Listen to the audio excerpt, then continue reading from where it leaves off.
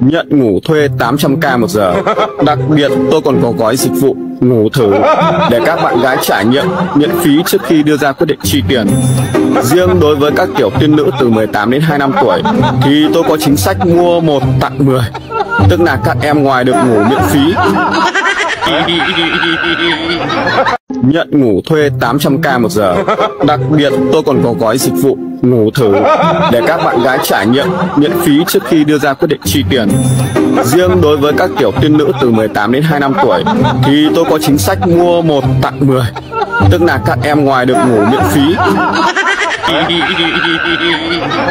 Nhận ngủ thuê 800k một giờ.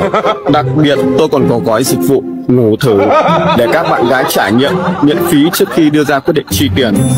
Riêng đối với các kiểu tiên nữ từ 18 đến 25 tuổi thì tôi có chính sách mua 1 tặng 10, tức là các em ngoài được ngủ miễn phí.